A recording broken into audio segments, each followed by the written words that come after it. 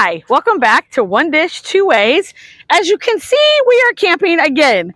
We are at Wallashuk State Recreation Area run by the Army Corps of Engineers on Red Rock Lake. So that's where we are in Pella, Iowa this weekend. So as promised, we said we were going to do potato packets, and I have a bonus packet. And then stay tuned for next week when we do dessert over the fire. So let's get started on this. So I've got two things started already, and that's corn on the cob. So how this started is, of course, this wants to blow up.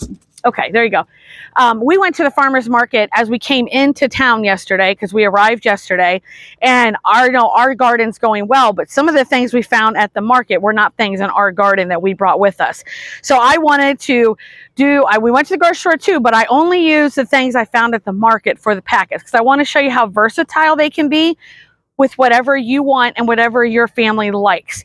So to start with, they did have some fresh corn on the cob, and so we wanted to make some of that over the fire. So one of these has butter for Joe, and yes, and one of them does not, which is for me. So I want to show you that. So we'll do the first one. Mine's super simple. Just put it in the foil, and you're going to roll it up like a burrito. So you're going to put it on an angle, put the foil over, then bring in, roll, roll, roll. Now, if you have a lot of people, you could write with a marker on there, B for butter or NB for no butter. It's just us. If we open it up and he can tell it's butter, he's just going to give it, I'll give it to him. Now for his, we're going to do all the things he would normally do ahead of cooking it. I've seen people do corn on the cob a million different ways. I just know we're already going to be cooking over the fire. So I figured why not do this over the fire too. So I've got the corn already shucked, and I've got some butter for his. You don't have to really spread it around much because it's going to melt. And then I've got seasoned salt and pepper for his. Mine, I'll add pepper once I start eating it. And then do the same thing. It's on an angle. You're going to push it over, then bring it back towards you. Then fold in on the side, and then roll it, and you're good to go. So we've got the corn, and it will take probably 5 minutes less than the potato packets. So we'll just take those off and they'll just sit there. So I saw a tip when I was watching a video about using parchment paper on top of your foil. And I thought, well, that's a great idea because then you don't have to worry about anything sticking to the foil and having to use any sort of butter or Pam. So that's what I'm going to do today. So I'm going to start with making mine. So I've got these B-sized potatoes that we got from, I did bring these from home because we had so many of them. And it's red and the golden ones, which these just melt in your mouth when they cook. I just love them. But I did cut them. I want them into smaller, like 1-inch pieces, just for the fact of them cooking easier. So that's why I did it. You could easily do these or a small sweet potato, but I'm doing it for ease of the cooking. So I'm going to put my potatoes down first. Make sure, is that enough potatoes left for you, Joe? Yep. Okay, so potatoes. Oh, I got this big onion from the market. I only use the bottom. I'll be able to use all this in a stir fry in a couple days, so I am stoked about that. So we've got some onion. I love fresh onion. Some bell pepper strips. I did cut these really fine so that they don't take too long to cook. I got these from the market. These are snap peas. Don't they look good? And then a lady had Swiss chard. And it was actually a small amount that one person could eat. So I was like, oh, I'm going to put that into mine. So I'm going to put that on top. And I layered in the order that I feel they're going to cook. Potatoes take the longest, then the onions and the peppers and the snap peas. And you know that Swiss chard is just going to go down to hardly anything. So now for mine, the other thing I like about farmers markets is you always have these people that sell salsa and jam and sauces and everything. And before we got here and we looked at the farmers market, there's a family that sells green chilies. They grow them, the green chilies that are in New Mexico. And they had a booth, and she had 1 jar left of their green chili sauce. And I thought, oh, I want that on my packet. So that's what this is. It smells amazing, but I know it's going, I like heat, but I know it's going to have some heat. So I'm only going to put a little bit on because I can always add more later. So this is about 2 tablespoons. And then just because I love vinegar and I carry these little jars of vinegar when we go places, I'm going to do a kiss of balsamic vinegar. I just brought standard old balsamic this time.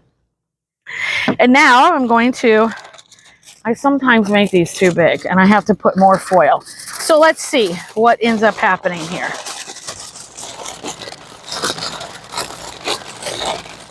Well, Joe, I might make it this time.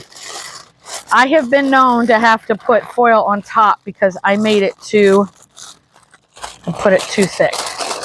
Too much. Happened on more than one occasion, but that's just part of cooking. Okay, so there we go. My packet done. So that's foil packet number 1. Now for Joe's, we're basically going to use all the same ingredients, except he's going to have kielbasa instead of the Swiss chard, but he's going to have all the veggies, same veggies. And the same thing, the potatoes are going to take the most time, so I want those on the bottom. Then the onions, and he's probably not going to want all those. Tell me when to stop. That good? Okay. Put all of them? Okay. Onions cook down. Peppers cook down. And then the snap peas, we both like these. I just started liking these in the last year or so. And then I've got 2 kielbasa. What were they? They were they weren't like the kielbasa that comes in the circle, the oval. Huh? That's what it was. Yeah, let me wash my hands real quick here. Do you want some of the green chili or do you just want salt and pepper? Okay. There you go. His kielbasa already has a ton of seasoning in it, so he doesn't need a lot, but we always want some on there. And I'm a heavy pepper person. Okay, let's see what we can do with Joe's. Oh, honey, I may have made yours too big. Oh, maybe I got it. Maybe I got it.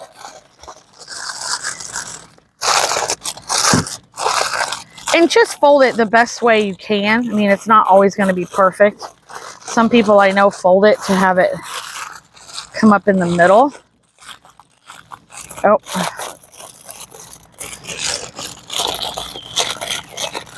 There you go. And foil is very forgiving. You can reopen it back up and start all over. As long as you don't put a hole in it, you're good to go. Okay, so what Joe did while I was prepping the food was he started a fire, and he's got that going really well to where it's down to the ashes so that we can cook. So we are going to take you over to the fire, and we're going to put this stuff on the fire. So we'll be back in just a second. Huh.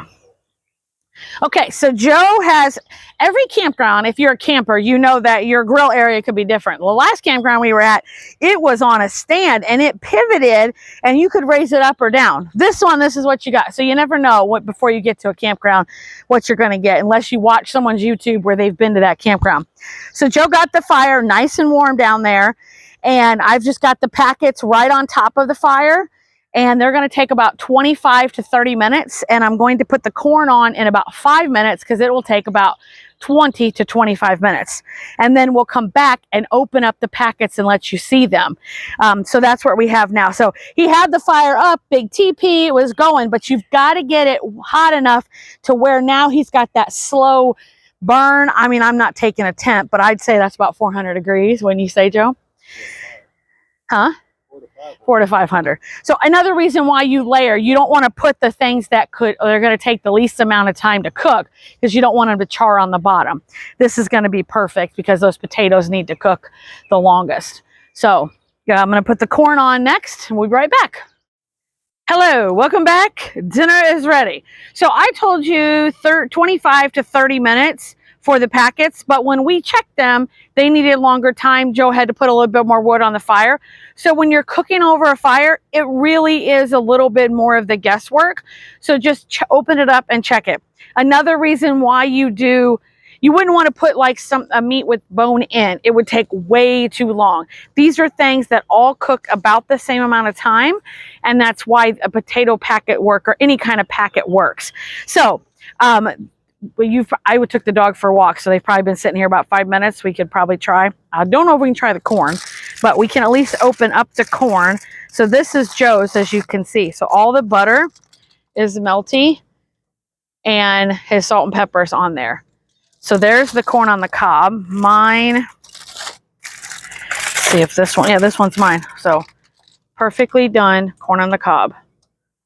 Cannot wait to dig in. Oh my goodness. Okay, let's look at the packets. We will try the packets because the corn, you know, you get corn in your teeth. Nobody wants to see that on camera. That's fine. So, ooh. So this one's yours, babe. Definitely steam. Yeah, look at that steam coming off of there. Yum, yum, yum, yum, yum. So if you want to come try yours, and then this one's mine. Oh, look at that Swiss chard. It completely went down to nothing. Oh my gosh, but look. And so you can tell the potatoes. I don't know, Joe, did you catch that? I'm going right through with the potatoes. Like they're coming done. They're coming undone. Oh my gosh. Everything's steamed. And I like it when it gets the crusty on the bottom. Oh, have mercy. The onions are cooked. Cannot wait to eat. I probably should have put a little bit more Swiss chard. Remember, I had a little bit left I saved, but oh well. Okay, so let's, oh, so look, that little bit of crispy on there. That is the best part. Swiss chard.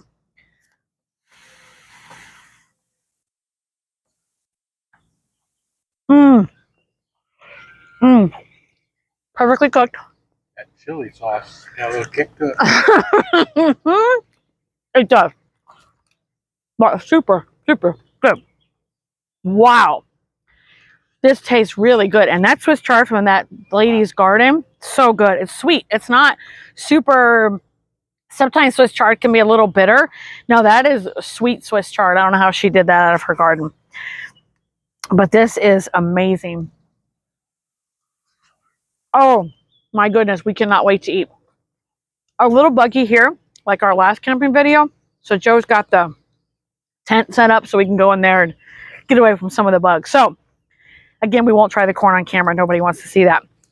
So let us know, what would you put in your foil packet? And do you do these if you camp? Or maybe you have a campfire in your backyard and you do these. So please let us know in the comments. And if you like what you see, if you could like and subscribe or share, that would be fantastic. I want to sign it off. We'll see you next week on One Dish. Oh, next week is dessert over the campfire. So please make sure you tune in. We'll see you next week. One dish, two ways. Thank you.